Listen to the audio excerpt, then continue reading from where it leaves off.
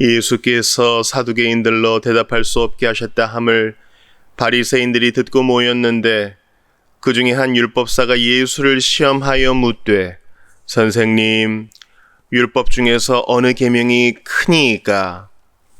예수께서 이르시되 내 마음을 다하고 목숨을 다하고 뜻을 다하여 주 너의 하나님을 사랑하라 하셨으니 이것이 크고 첫째 되는 계명이요 둘째도 그와 같으니 내 이웃을 내 자신같이 사랑하라 하셨으니 이 두 계명이 온 율법과 선지자의 강령이니라.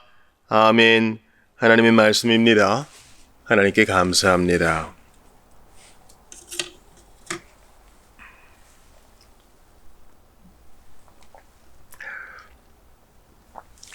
예수님께서 계속 대적들을 논박하십니다.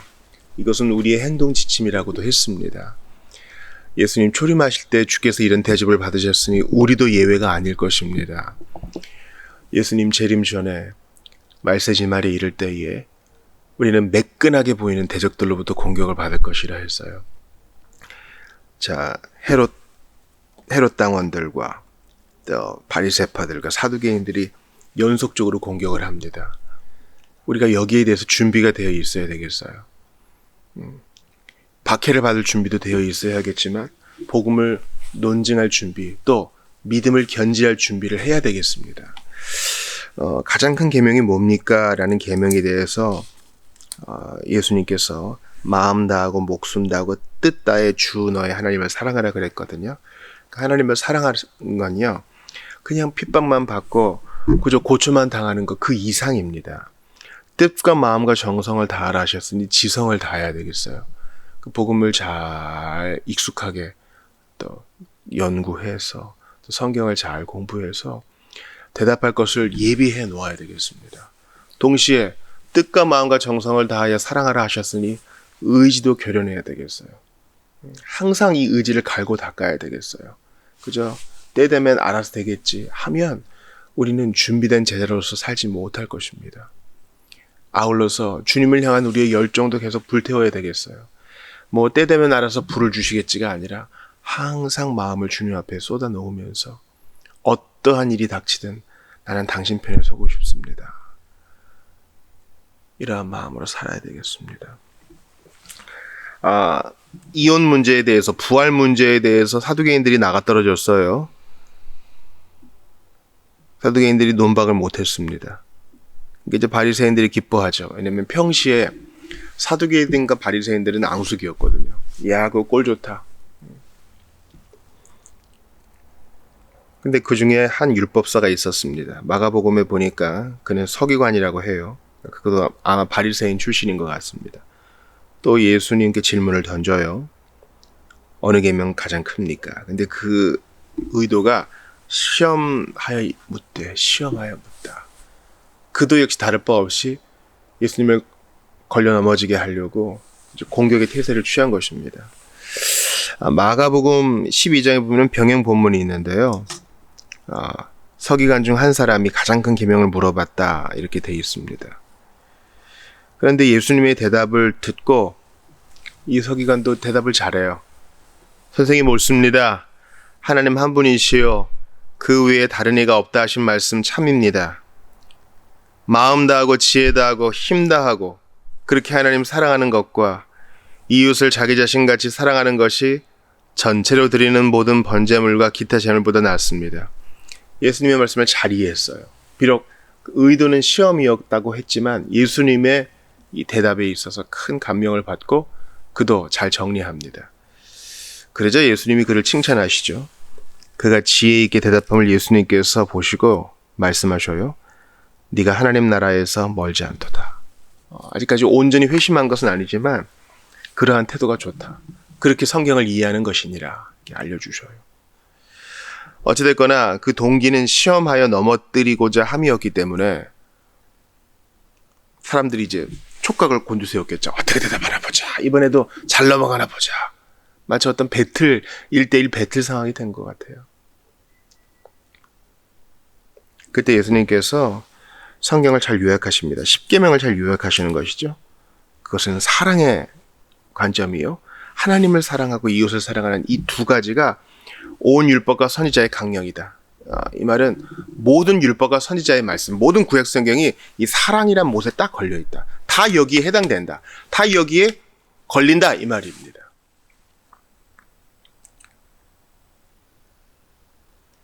바리새인은 진리를 배우는 일보다는요, 예수님을 이기는 데 더 관심이 있었습니다.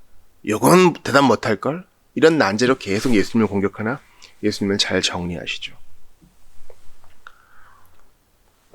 그러므로 변증의 가치를 여러분 과소평가하시면 안 돼요. 이거 뭐 알려준다고 예수 믿나요? 그렇다 할지라도 우리가 붙드는 소망의 이유에 대해서는 대답할 말을 준비해야 합니다. 그리스도인은요, 예수님께 붙잡힌 바 된 이유로 지성의 스위치를 끄는 게 아니라 오히려 잘 또 벼립니다. 준비하는 것이죠. 그 모양대로. 초대 교부들 가운데 예루살렘과 아테네가 무슨 상관이냐 하면서 이런 지적 변증을 거부한 이들이 있었어요. 그런 자들을 이제 성을 쌓는 사람들, fortress builders라 그랬거든요. 그래서 성체를 쌓아가지고 우리만의 믿음을 제대로 쌓는 게 중요하지 변증해봤자 믿지도 않는다. 그러나 브릿지 빌더스가 또 있었습니다. 그들은 또 다리를 놔서 복음을 제대로 변증하여 세상 가운데 하나님 말씀이 증거되도록 하는데 관심이 있었어요. 여러분은 어떤 입장이십니까? 역사를 통해서 우리가 배울 수 있는 바는 하나님은 각각 사람을 부르시고 각각 은사를 나눠주시기 때문에 이 사람은 이러하고 저 사람은 저러합니다. 그러므로 내 부르심을 잘 견지하고 보편적인 하나님 말씀을 따라야지 다른 사람 틀렸느니 옳으니 이런 거에 너무 여러분 시간을 뺏기지 마셔요. 우리 갈 길도 바빠요. 오늘 본문을 통해 분명히 말씀하시죠. 예수님은 이 율법사, 이 서기관의 질문을 회피하지도 않으셨고 도망가지도 않으셨고 뭐 그런 거 묻느냐 책망하지도 않으시고 오히려 더 수준 높은 대답을 해주셨어요. 그러므로 우리가 어떤 그 논박의 상황에 있을 때 그 사람의 의도를 성령께서 잘 깨닫게 해주시기를 간구하면서 하나하나 답변을 해주세요. 본래 예수 믿는 신앙은 그런 게 아닙니다. 알려주셔야 돼요. 나는 형제자매들과 있는 게 더 행복해. 당연하죠. 그러나 주께서 당신을 그들 가운데 두시고 그들의 질문을 듣게 하신 데는 다 이유가 있어요. 그러니 잘 준비해서 알려주셔야 돼요. 그런 면에서 저는요, 평생 제자들을 여러분께 권하고 싶어요. 평생 제자 훈련을 권하고 싶어요. 제자 훈련을 3년 했네, 4년 했네, 큰 의미가 없고, 또 이 코스를 마쳤네, 저 코스를 마쳤네도 우리 인생을 걸 만한 가치가 있다고는 말할 수 없어요. 저에게 이렇게 얘기하시는 분도 있어요. 이런 학교를 수료했습니다. 교회에서 하는 이런 훈련 프로그램을 학교라고 부르는 경우도 있더군요. 그게 12개월 과정도 있겠고, 또 2년 과정도 있겠고, 그렇겠죠. 저는 이 모든 것을 뒤엎는 주장을 하고 싶어요. 평생 배우세요. 평생 책을 가까이 하시고, 평생 그리스도의 제자로서 배우는 것을 가까이 하세요. 좋은 신자들에게도 배우시고요. 공동체로서도 배우시고, 하나님 말씀에 대해서 궁금한 것이 있으면 질문하세요. 비록 그게 답이 안 날지라도 다른 이들의 해석을 보면서 또 다른 이들의 의견을 보면서 많이 배웁니다. 또 현대사회를 살아가면서 여러 가지 난제들이 있잖아요. 거기에 대해서도 회피하지 마시고 기독교인은 이것을 어떻게 봐야 되는가에 대해서 궁구해 보세요.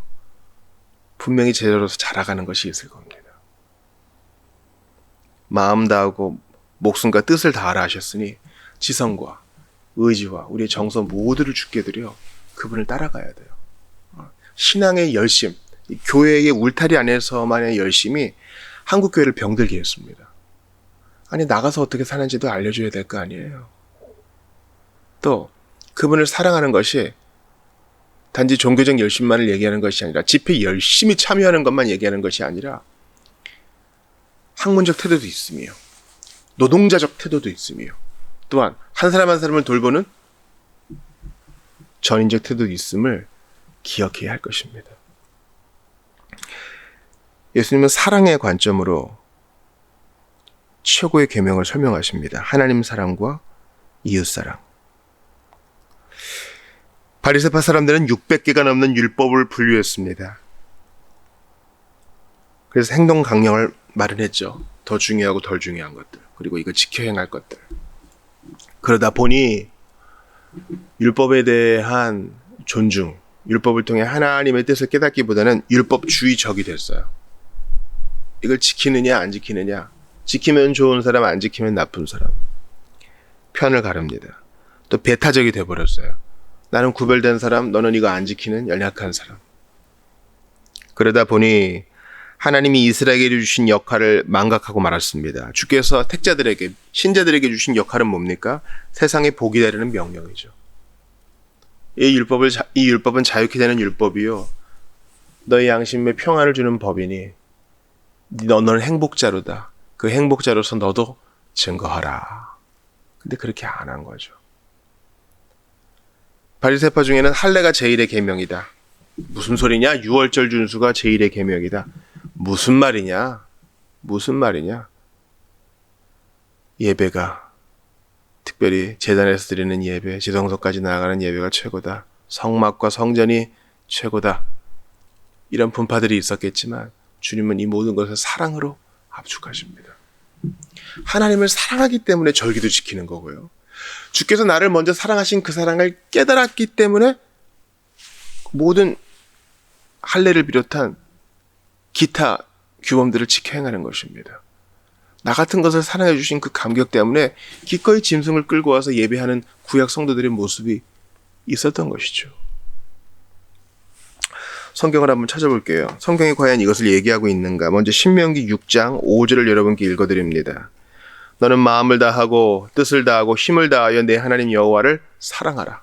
마음과 뜻과 힘을 다하여 사랑하라니 전인격을 다해서 그분의 뜻을 찾고 좇으라는 뜻이겠죠. 이웃사랑에 대한 얘기는 레위기에 있습니다. 레위기 19장 18절입니다. 원수를 갚지 말며 동포를 원망하지 말며 내 이웃 사랑하기를 내 자신과 같이 사랑하라. 나는 여호와니라. 이거 이미 구약성경에 나와 있는 말씀인데 바리새파 사람, 특별히 율법사, 성경 끼고 있는 이 사람은 모르고 있었던 것이죠. 우리에게 주시는 함의가 있어요. 성경 보고 맥체인 성경 읽기 하고 하는데 그 본의를 잊어버릴 수가 있다는 거예요. 주여, 오늘 제가 성경을 읽습니다. 성경을 읽는 목적은 주의 뜻을 알기 위함이요, 주님의 뜻은 사랑이라고 배웠는데 내가 이 성경 읽고 주님을 더 사랑하게 되기를 바라고 이웃을 더 사랑하게 되기를 바랍니다. 이 성경 공부하고 더 교만해지지 않기를 원합니다. 이거 배웠는데 사랑으로 승화되지 않으면 무슨 소용이 있겠습니까? 오늘 저희가 학습한 내용이 하나님을 사랑하는 예배로 드려지게 하시고 저희가 오늘 배운 것을 바탕으로 이웃을 더 잘 사랑할 수 있도록 도와주십시오. 성경은 배우고 교회는 나갔는데 마땅히 사랑해야 될 가족도 섬기지 못하면 무슨 소용이 있겠습니까? 더 친절한 이웃과 더 좋은 사람, 더 좋은 지인이 될 수 있도록 도와주십시오. 이게 우리 자세가 돼야 돼요. 제발 뭐 좀 배웠다고 목에 힘 좀 주지 마세요. 그런 거 배워가지고 밥 한 끼 못 사는 영성이라면 부끄러워해야 되지 않겠어요? 지체들을 위해 기도 한 자락 올리지 못하는 바쁜 생활에 매몰돼서 지체들을 깡그리 잃어버리는 그런 신앙이 되어야 되겠습니까? 기억하세요. 모든 성경의 말씀이 하나님 사랑과 이웃 사랑이라는 못에 딱 걸려 있어야 됩니다. 그러니까 어떤 성경을 읽든 간에 사랑을 언급하지 않으면, 사랑에 적용점이 걸리지 않으면 헛것이라는 거죠. 성경이 좀 이해가 어려우신 분들은요, 본문을 좀 넓게 잡아 읽어보시면서 이걸 기억하세요. 크고 첫째 되는 계명 하나님 사랑, 둘째는 이웃 사랑이니 이 두 계명이 온 율법과 선지자의 강령이라 하셨으니 예수님 말씀을 앞세우면서 우리 믿음으로 나아갑시다. 얼마나 감사해요. 주님이 성경 해석의 틀도 우리에게 알려주셔요. 성경을 읽었는데 싸움꾼이 되는 사람이 있어요. 물론 이 사랑이란 말은 모든 걸 다 용인하는 뜻은 아닙니다. 진리가 아닌 것에는 싸워야죠. 그러나 우리는요, 한평생 살아가며 이 사랑의 숙제를 계속해야 될 겁니다. 사랑은 쉽지 않아요. 주님이 도와주셔야 됩니다. 여러분께 한번 질문을 해볼게요. 여러분 사랑하고 사세요? 네 자신같이 사랑하라. 우리 자신을 사랑하는 건 거의 본능에 가까워요. 그죠? 요즘은 이 본능을 너무 강조하죠. 여러분을 사랑하세요. 여러분을 잘 대우하세요. 그럴 필요도 있을지 몰라요. 병적인 어떤 문제를 갖고 계신 분은 그래야 될지도 모르죠. 그러나 대부분의 사람은요, 거의 모든 사람은 시키지 않아도 내 몸뚱이, 나 자신을 너무 아껴요. 근데 예수님은 거기 매몰되지 말고 너의 창조자, 너의 구원자 하나님을 사랑하라. 그것이 너의 본분이요 지음받은 목적이다. 하나님을 예배하고 순종하는 이 모든 것은 다 하나님을 사랑하는 행위입니다. 성경을 공부하고 나를 꺾는 이 모든 것은 다 사랑의 발현입니다. 아울러 이웃을 사랑하십니까? 여러분 이웃을 위해 뭘 하세요? 나 살기 바빠가지고 이웃도 챙기지 못하고 우리 교회 안에 형제자매도 생각하지 못한다면 참으로 불행한 인생입니다. 여러분 이웃 사랑을 위해 뭘 하세요? 물질을 비우십니까? 그를 위해 기도하십니까? 이런 일이 있구나 하고 그냥 넘기지 마시고 여러분 어떤 일을 하셔요? 이웃을 위해 집을 공개합니까? 반찬을 나눕니까? 물질을 보냅니까? 교회적으로 관심을 촉구합니까? 이것은 그렇구나 하고 넘길 문제가 아니라 하나하나 구체적으로 생각해 봐야 되는 거예요. 바리새인들은 자기들이 이 규칙을 지키는 것에 관심이 있었지 그걸로 예배하지 않았어요. 바리새인들은 이 항목 저 항목을 따르는 데 관심이 있었지 난 뭐 주일을 성수했어, 오늘 하루 맥체인 3장 읽었어, 4장 읽었어 이런 데만 관심이 있었지 이웃을 위해서 성금을 모으고 연약한 자들에 대해서 관심을 가지고 옷가지를 모으고 후원단체에 관심을 가지는 그런 일을 하지 않았습니다. 무료급식 봉사 한 번 하지를 않는 거예요. 우리는 스스로를 돌아봐야 됩니다. 이것은 저에게도 경종을 줘요. 저는 교인들이 더 좋은 환경에서 예배하고 잘 모였으면 좋겠어요. AA 선생님들이 더 좋은 곳에서 모였으면 좋겠어요. 그러나 주님은 말씀하십니다. 사랑하고 있느냐? 하나님을 사랑하는 일에 너의 물질과 너의 공동체가 드려지기를 원하느냐? 그게 더 중요함을 깨닫게 해주셔요. 마지막 날 우리 눈을 보시며 주님 물어보실 겁니다. 사랑했느냐? 베드로에게 물어보시는 것처럼 사랑하느냐? 물어보실 겁니다. 사랑해서 이것도 하고 그 사랑 받았기 때문에 저것도 행하는 그 사랑을 지금도 부어주시기 때문에 나를 꺾고 십자가 지고 나아가는 우리 모두가 되시기를 주의 이름으로 축원합니다.